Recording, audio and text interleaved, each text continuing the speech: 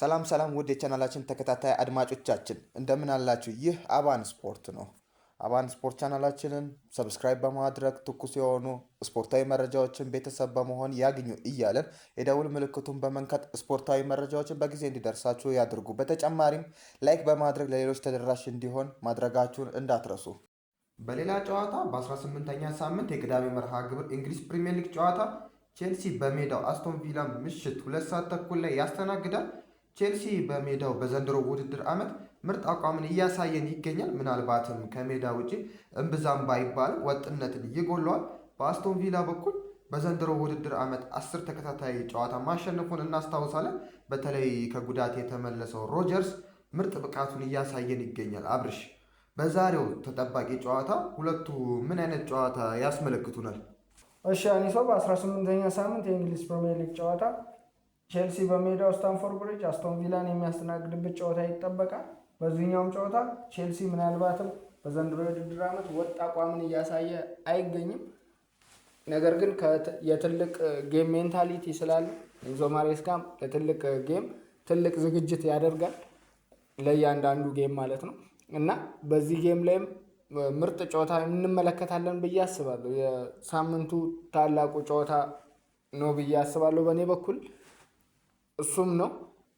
ነገር ግን ቼልሲ በጣም ትልቅ የወጥነት ችግር ይታይበታል። ብዙ ጊዜ አንስተነዋል፣ በፕሮግራማችን በሌላም ፕሮግራም አንስተነዋል። የወጥነት ችግር ይታይበታል። ግን የትልቅ ጌም ሜንታሊቲ ስላለው ኤንዞ ማሬስካ ለአንድ ጨዋታ በጣም ትልቅ ትኩረት ሰጥቶ ተዘጋጅቶ የሚመጣ አሰልጣኝ ነው እና ይሄንም ጨዋታ በጣም የሚያምርና ምርጥ ጨዋታ እንመለከታለን ብዬ አስባለሁ። በቪላ በኩልም 10 ተከታታይ ጨዋታዎችን እንዳሸነፈ እናስታውሳለን። ባለፈው ሳምንት ከማንቸስተር ዩናይትድ ጋር የነበረውን ጨዋታ እናስታውሳለን።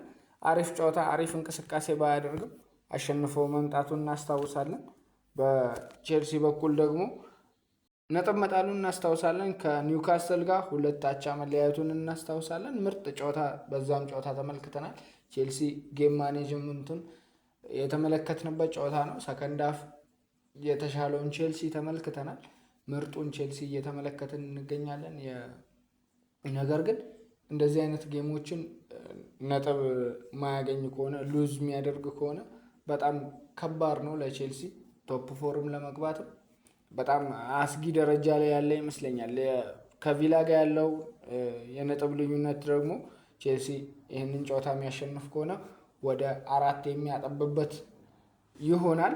ከመሪው አርሰናል ጋር ያለውንም ነጥብ ልዩነት ደግሞ በዚሁ ልክ እንዳይሰፋ ለማጥበብ የሚጠቀምበትን እድል ይሆናል ተብሎ ይጠበቃል። ነገር ግን አስቶን ቪላ በጣም ምርጥ ፎርም ላይ የሚገኝ አስቶን ቪላ ነው። የኡናይ ኤመሪው ቡድን አስቶን ቪላ ማለት ነው። በጣም ምርጥ ፎርም ላይ የሚገኝ ነው። ስለዚህ ይሄ ጨዋታ በጣም ተጠባቂ ጨዋታ ይሆናል ተብሎ ይጠበቃል። አስቶን ቪላ 10 ጨዋታ እንዳነሳ ነው 10 ተከታታይ ጨዋታዎችን እንዳሸነፈ እናስታውሳለን። በቪላ በኩል ምርጥ ፎርም ላይ የሚገኘው ሞርጋን ሮጀርስ በዚህኛውም ጨዋታ ላይ ምርጥ ብቃቱን ያሳያል ተብሎ ይጠበቃል። በማንቸስተር ጨዋታ ላይ 2 ድንቅ ጎሎችን ማስቆጠሩን እናስታውሳለን። ነገር ግን ቪላ በዛን ጨዋታ ላይ በጣም የተዳከመውን ቪላ ኦር ደግሞ በጣም የወረደውን ቪላ ነው የተመለከትነው። ከአርሰናል ጋር ከነበረው ጨዋታ በላይ በዚህኛው ጨዋታ ላይ በጣም የወረደውን ቪላ ተመልክተናል። ነገር ግን ለቼልሲ ጨዋታም በዛው ልክ ጠንክሮ ይመጣል ተብሎ ይጠበቃል። ቼልሲና ቪላ የሚያደርጉት ጨዋታ በጣም አጓጊ ጨዋታ ነው። አስቶን ቪላ 36 ነጥቦችን ሰብስቦ 3ኛ ደረጃ ላይ ይገኛል። ቼልሲ ደግሞ በ7 ነጥብ ርቆ 4ኛ ደረጃ ላይ ይገኛል በ29 ነጥብ ማለት ነው እና ከሊቨርፑል ጋር ያለው ነጥብ ልዩነትም እኩል ነው። ሊቨርፑል ከወልቭስ ጋር ነው የሚያደርገው ጨዋታ። ሊቨርፑል ያሸንፋል ተብሎ ይጠበቃል። በወረቀት ደረጃ ያለው ጨዋታ ቀለል ያለ ስለሆነ እና ቼልሲም ደግሞ ነጥቡን ደረጃውን ለማስጠበቅ ይህንን ጨዋታ ማሸነፍ ግዴታ ውስጥ ይገባል እና በሁለቱ በኩል ደግሞ ምርጥ ፉክክር እንመለከታለን ብዬ አስባለሁ። በጣም ምርጥ ፉክክር ማለት ነው እና ሁለቱ ቲሞች በጣም ምርጥ ፎርም ላይ የሚገኙ ቲሞች ናቸው። በቼልሲ በኩል በኢንዲቪጁዋል ማለትም በትልልቅ ጨዋታ ላይ በጣም ትልቅ ፐርፎርማንስ በማሳየት እና በሌላ ጨዋታ ደግሞ ሮቴት ሲያደርግ ኤንዞ ማሬስካ ብዙ ችግሮች እየፈጠሩበት እንደሚገኝ እናስታውሳለን። ለአፍሪካ ዋንጫ ቼልሲ በመጀመሪያውን ፕሮግራም አንስተኗል እና በዛ ፕሮግራም ላይም እንዳነሳ ነው ቼልሲ ምንም አይነት ተጫዋቾችን ለአፍሪካ ዋንጫ ኢንተርናሽናል ዲዩቲ አይልክም እና ቼልሲም የሴንተር ባኮቹ የፎፋና እና የቻሎባ ምርጥ መሆን ለቼልሲ በጣም አስፈላጊ ነው። በነቶሲን ሲገባ ምን ያህል እንደሚቸገር ተመልክተናል። ሮቴት ሲያደርግ ማለት ነው። ያው ኩኩሬላም እንደተጠበቀው ነው። ሪስ ጄምስም ወደ ቦታው ይመለሳል ተብሎ ይጠበቃል፣ ወደ ራይት ፉል ባክ ማለት ነው። ምናልባትም ጉስቶን ሊጠቀም ይችላል። ሪስ ጄምስን ከዚህ ከአርሰናል ጨዋታም በኋላ በኒውካስትልም ጨዋታ ሴንተር ላይ እንዴት እንዳጫወተው ተመልክተናል። ስለዚህ መሀል ላይም እንደ ደብል ፒቮት ከካይሴዶ ጋር ያጫውቷል ተብሎ ይጠበቃል በዚህ ጨዋታ ማለት ነው እና ጥሩ ውጤት ለማምጣት ምርጡን ቼልሲን ያስመለክተናል ብዬ አስባለሁ። የኤንዞ ማሬስካ ሜንታሊቲ የትልቅ ጌም ሜንታሊቲ ስለሆነ በዚህኛውም ጨዋታ ከአስቶን ቪላ ነጥብ ለመውሰድ ትልቅ ተጋድሎ ያደርጋል እና ለቼልሲ ብዙ እንትኖች አሉ። የኮል ፓልመር መመለስም በጣም ትልቅ አድቫንቴጅ ነው ለቼልሲ ማለት ነው እና እነዚህን እድሎችን ተጠቅሞ ቼልሲን ቪላን ለማሸነፍ ትልቅ አድቫንቴጅ ይኖረዋል ብዬ አስባለሁ በቼልሲ በኩል ማለት ነው።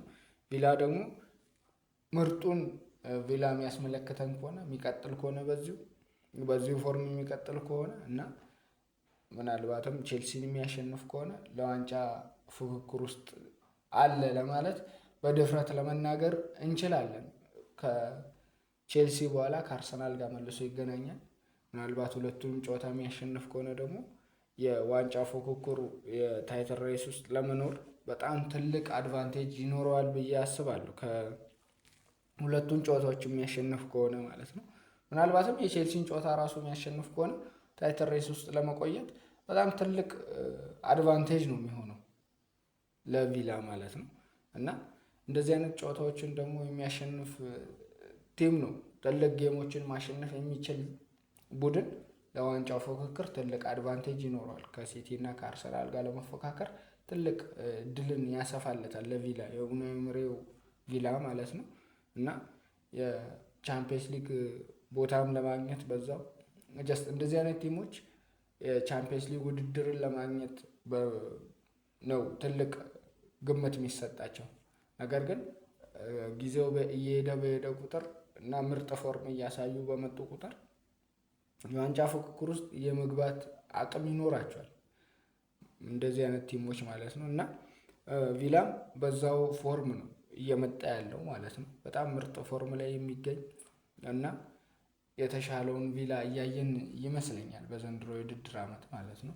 በኡናይ ኤመሪ በኩል በጣም ምርጡን ቪላ እየሰራ የመጣ ይመስላል እና ይሄ ጨዋታ በጣም ትልቅ ግምት ይሰጠዋል። ቶፕ ፎር ውስጥ ለመቆየት አንድ፣ ሁለተኛ ደግሞ በሌላ በኩል ደግሞ የዋንጫ ፉክክር ውስጥ ለመቅረት ቪላ የዋንጫ ፉክክር ውስጥ ለመቆየት፣ ቼልሲ በአንጻሩ የዋንጫ ፉክክር ውስጥ አለውበትም ቶፕ ፎር ውስጥ ደግሞ ለመቆየት የሚያደርገው ትልቅ ተጋድሎ ነው። የሚሸነፍ ከሆነ ብዙ ነገር ነው የሚያጣው። ደረጃውን ያጣል። ከላይ ካለው ከቪላ እንኳን የ10 ነጥብ ልዩነት ነው የሚኖረው። በሌላ በኩል ደግሞ ደረጃውን በደንብ ሊቨርፑል የሚያሸንፍ ከሆነ ያጣል። እንደ ሰንደርላንድ ያለ ቲም አለ፣ በ2 ነጥብ ነው የሚርቀው። እሱ የሚያሸንፍ ከሆነ ደረጃውን እያጣ ይመጣል። ከዛ ባለፈ ደግሞ ከሶስተኛ ጋር ያለው የነጥብ ልዩነት ወደ 10 ጋፑ በጣም ይሰፋል። እንደዚህ አይነት አድቫንቴጆች ደግሞ ለቼልሲን የሚያክል ቲም እንደዚህ አይነት ጋፖችን ለመፍጠር ከባድ ነው የሚሆነው በቼልሲ በኩል ማለት ነው እና ቻምፒየንስ ሊግ ቦታ ለማግኘት እንኳን ከባድ ስለሚሆን ይህንን ጨዋታ ማሸነፍ ግዴታ ይሆንበታል ለቼልሲ ማለት ነው። በቪላ በኩል ደግሞ እንደነ ማቲካሽ ያለ ተጫዋች 4 ቢጫ ያለበት ነው እና በዚህኛው ጨዋታ ላይ ካርድ የሚመለከት ከሆነ እንደ ማቲካሽ ማለት ነው እና ካርድ የሚመለከት ከሆነ ለአርሰናል ጨዋታ ያልፈዋል ማለት ነው በ5 ቢጫ ካርድ። እንደ ካማራም አለ። ሁለቱ ተጫዋቾች ቢጫ ካርድን የሚመለከቱ ከሆነ ለአርሰናል ጨዋታ የሚያልፋቸው ይሆናል እና ጥንቃቄ የተሞላበትን ጨዋታ ይመርጣሉ ብዬ አስባለሁ። ምክንያቱም ሁለቱም ቡድኖች ጠንካራ ስለሚሆኑ ቼልሲም ጠንካራ ነው፣ አርሰናልም በዛው ልክ ጠንካራ ጌም ለማድረግ ማለት ነው እና ሁለቱ ተጫዋቾች እነ ማቲካሽ እና ካማራ